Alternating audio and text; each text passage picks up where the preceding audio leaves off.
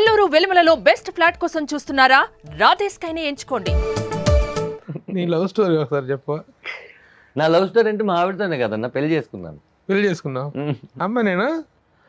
అమ్మాయినా వేరే అమ్మాయి? కరెక్ట్గా చెప్పు.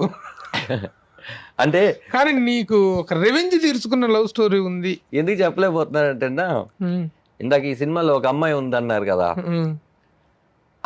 ఆ క్యారెక్టర్ నేను అదే డిజైన్ చేశాను, అదే పేరు పెట్టి. కాబట్టి మీరు సినిమా చూస్తే మీకు అర్థమైపోద్ది. సేమ్ ఆ రివెంజ్ అంతా తీసుకున్నావా? రివెంజ్ అని కాదన్న, చిన్నతనంలో మనకి తెలియకుండా ఆకర్షణ, అయస్కాంతపు. ఇప్పుడు ఆలోచిస్తే అదంతా కూడా మన తప్పు చాలా ఉందని అర్థమవుతుంది. అంత సిచ్యువేషన్ లో ఇప్పుడు కొంచెం నాకు పిల్లలు పుట్టినాక మా పెద్ద అబ్బాయి ఇంటర్ చదివే కొడుకు, ఇంటర్ చదివే కొడుకు. ఇప్పుడు మనం ఆలోచనలు అంతా తండ్రి బాధ్యతలో ఉండి ఆలోచిస్తున్నాము. అప్పుడు మనం చేసిన చిలిపి పనులు, ఒంటి పనులు అన్ని గుర్తుకొచ్చినాక ఎవరిని మనం హత్య చేసి ఉంటాము, వాళ్ళు ఇప్పుడు మనల్ని హత్య చేస్తున్నారు, మనం బాధపడుతున్నాం కదా, మనం ఎంతమంది హత్య చేసి ఉంటాము అని ఒక మెచ్యూరిటీ వచ్చిందన్న. అప్పుడు ఏదో జరిగింది కదా. ఎందుకన్నా మీరు ప్రమోషన్ కి పిలిచి నాలో స్టోరీ చెప్పుకుంటారంటే మీరు లేదా? అది మీకు ట్రైలర్ లో డైలాగు, మీకు ఇందాక ట్రైలర్ చూపించినప్పుడు అమ్మాయి ఒక మాట అంటది, అది మీకు ట్రైలర్ ఇంకా రిలీజ్ కాలేదు కాబట్టి నేను ముందే చెప్పట్లేదు. మీకు పర్సనల్ గా మీరే అన్నారు కదా మంచిని అందరి ముందు చెప్పు కాబట్టి కెమెరా ఆపినాక మీకు చెప్తారు వాళ్ళు. ఓకే, డైలాగ్స్ చాలా బాగున్నాయి. అది చివరిలో ఒక డైలాగ్ ఉంటుంది, ఇంటి పేరు ఇవ్వగలను కానీ మంచి పేరు వాడి తెచ్చుకోవాలి కదా. డైలాగ్ చాలా బాగుంది. అది అవునన్నా. ఎవరు రాశారు డైలాగ్స్? అంటే మాక్సిమం కథలో రాసేటప్పుడు పుట్టిన శివప్రసాద్ గారు నేను కలిసి రాసుకున్నాము. మెజార్టీగా కొన్ని నాకు ఇయే కావాలనుకుని నేను పర్టికులర్ గా రాసుకున్నాను. దాని తర్వాత ఒక ఎక్స్టెన్షన్ డైలాగ్ ఉంటుంది అన్న, ఇంకా వాడి గురించి ఆలోచిస్తున్నారా అని అడుగుద్దాం. నాకు వేరే ఆలోచన ఏముంది చెప్పు, నేను ఇంటి పేరు మాత్రమే ఇవ్వగలను, మంచి పేరు వాడే తెచ్చుకోవాలి కదా. భూమి మంచిదే, విత్తనం మంచిదే, చెట్టు ఎందుకు అలా పెరిగిందో నాకు అర్థం కావట్లేదు అంట.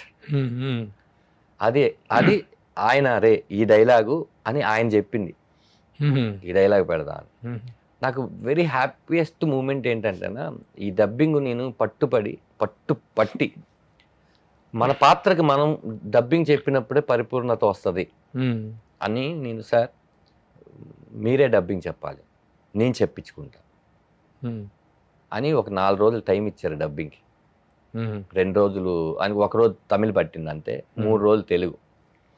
చెన్నై వెళ్ళి ఫస్ట్ హాఫ్ 2 రోజులు చెప్పించా.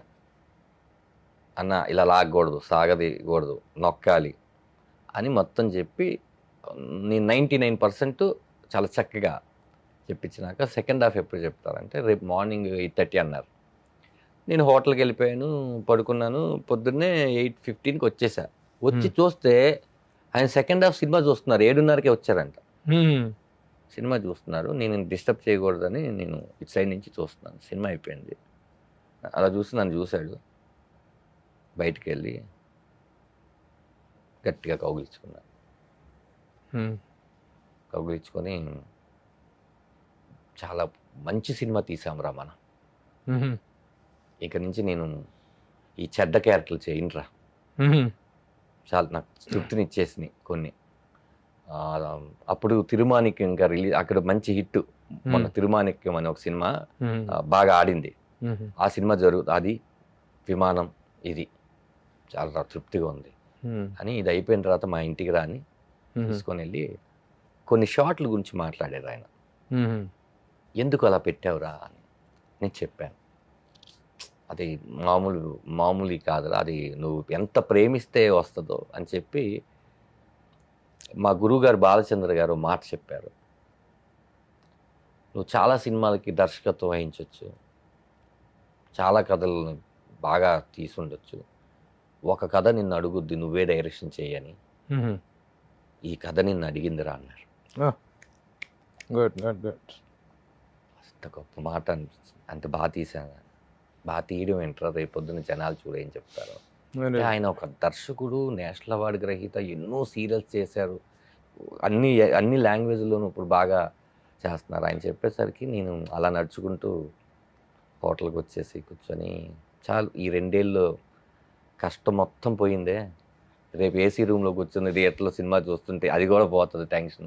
సుమన్ టీవీలో మీ పర్సనల్ అండ్ బిజినెస్ ప్రమోషన్స్ కోసం కింది నెంబర్కి కాంటాక్ట్ చేయండి.